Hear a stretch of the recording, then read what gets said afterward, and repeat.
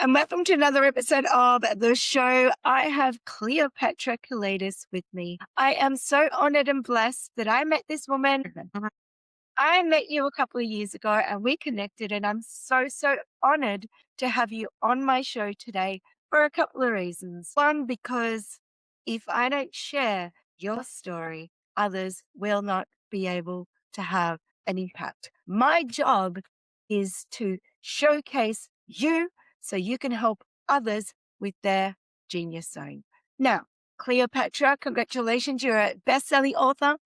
You decided to put your pen to paper, and we'll talk about that in a second. You are the founder of the RISE Method, which I'd love you to talk about in just a second as well, which you will. And you also help women to go from, you know what, I have just finished my career. I'm now retired. What do I do? Oh my God, I'm overwhelmed. I have all this time, but I don't have time because we're in our head.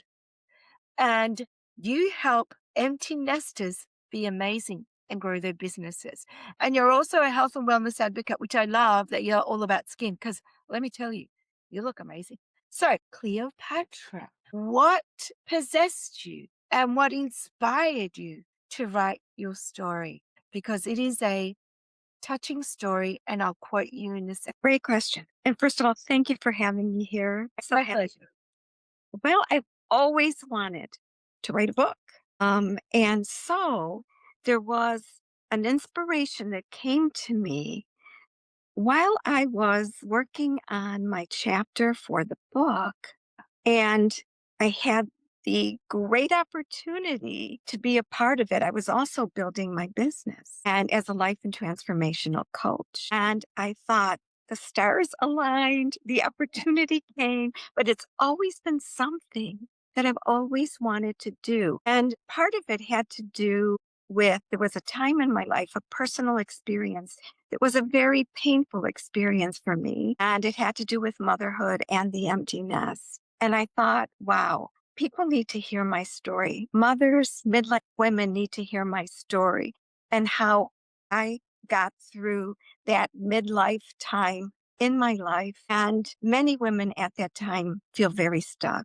They just don't know what to do with the rest of their lives. And it is a very difficult experience. They're filled with doubt. They're stuck. They don't know what to do with the rest of their lives. So I went through a similar experience and I thought, wow, the stars aligned. And so the timing was awesome. And so I decided to write my story so that women out there can hear it and so that they can be inspired and they learn that they're meant for more. Yeah, I'm going to quote you on that. So you wrote, and I'm actually going to read everything. You can shrink or you can rise. My role was changing, and that change ran through my core, and that change ran through my core. And when you were saying that, I'm like, oh my God, she's so right. So, and I'm going to quote you on this. I didn't realize it, but something from the past was waiting to return from me. You know, when you said change ran through my core, what did you do to let go and move on? Then you can share with other women out there that are feeling the same and want to get inspired to go, my God, if she can do it, I can do it too. I went through a period where I felt stuck. I cried. There was an emptiness inside of me. It somewhat depressed me. My house became quiet and I didn't know who I really was because motherhood was what my life was all about. And it was the most beautiful part of my life. And when the kids weren't around, I just felt empty inside. And so I really needed to pick myself up. I needed to rise because one of the things that I do say is you can either shrink and go backwards and stay the same, or you can rise, move on, and build the life that you're meant for. And so what I did is I sought help. And with that help, what it did is it put me in the right path, in the right direction, but it hurt me to the core what I was going through. And I literally had to say to myself, you know what? You're a mother, but you're more than just a mother. You've been an educator, Yeah. you've been an entrepreneur, and you are meant for more. And what's interesting is someone said to me, you know what? You would make a great coach. Your educational background, everything, you would make a great coach. Why don't you think about it? And I don't know, he inspired me. And so I decided, you know what? I'm going to live my best life from that point on. And I'm going to do what I know from within that I want to serve. I want to help. I want to lead. I've always been that person, but something in that time frame, that empty nest time, something happened to me. So I said to myself, I'm not going to be stuck anymore. I'm going to move from this and I'm going to carry on. And I did. And my heart told me that you need to honor what's inside of you. And I honored it. And I said, I'm going to do this. Talk to me about the RISE method. What does it stand for? Okay. So the RISE method is my signature RISE method that I came up with. It's a framework that also aligns with a second framework that I use in my coaching. So let me tell you about RISE first. So RISE stands for rediscover. Rediscover who you are. And that question has to do with when you reach that point, that empty nest, midlife crisis period, you need to think about, who am I? Mm. Who am I now? Ask yourself that question. So you need to rediscover who you are. Yeah. The I stands for impact, and who and what am I going to do to impact myself, to move on and to carry on. And the S stands for strategize. We're going to strategize a plan of action for yourself and how you're going to carry on from that point. And then the E stands for elevate. You're going to up level yourself and you're going to elevate yourself to a place that you may not have ever been, you dreamed of being at. Oh, that. I love Yeah. that. And there's a strategy to it and there's a whole method to it. But the other, if I could just tell you 1 second, the other framework that I'm using Mhm. is from the Brave Thinking Institute. It's called Dream Builders Essentials. Yeah. And the analogy and what I've done is, because I've done a lot of curriculum work, is I've intertwined both frameworks. And I love it because it works so well together. Think of building a house. Okay? You're going to build a house. And what do you have to do? First, you got to break ground, right? So you're going to break ground with the people that you're going to work with. And then you have to do a blueprint. So we have to figure out, what would you love and where do you want to go and what do you want to become? And then what you're going to do is you're going to build a bridge and you're going to find out and figure out where they are now, your people that you're going to work with. And then what you're going to do is you're going to help them cross that bridge to who they're going to become. And then you're going to build on that. And once you build on that, you end up with something really beautiful. It's who you've become and what has happened to you as you've taken them through this process. So what I've done is I've intertwined the two frameworks. And I want it to be so women centered and that it's going to be a transitional identity transformation that's going to happen with these women. Yeah.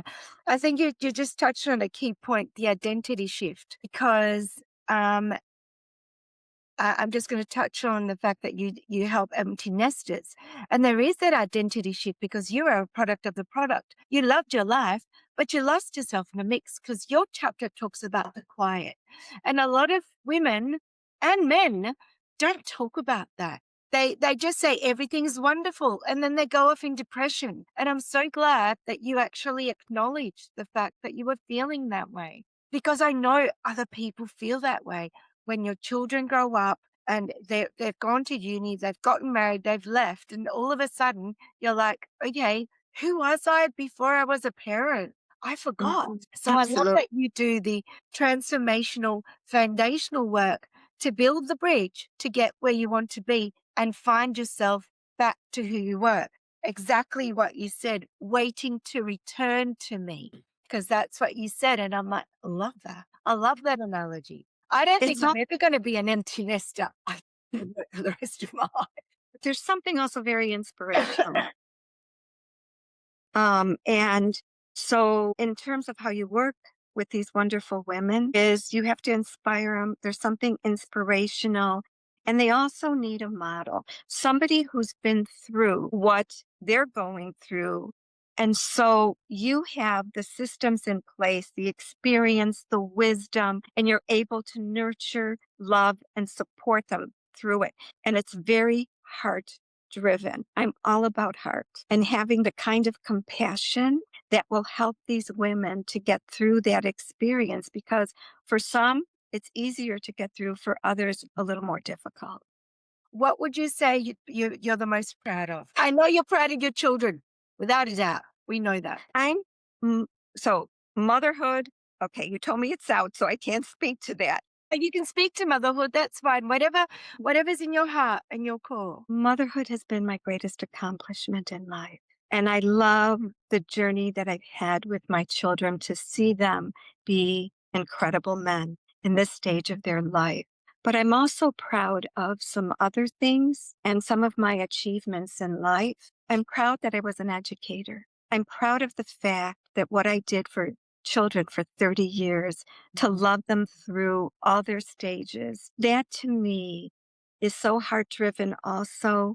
And I guess I'm proud of what I did as an educator, but I'm also proud of where I am today, that I got myself through the difficulties and the stages of life that I was in, particularly that empty nest. But I was able to transform myself in such a way that today I'm a life and transformational coach. And I have the skill sets to do what I need to do to help others and to serve others. But there's a common denominator here. The common denominator in motherhood, being an educator, and being a life coach, it's all about serving. It's all about loving.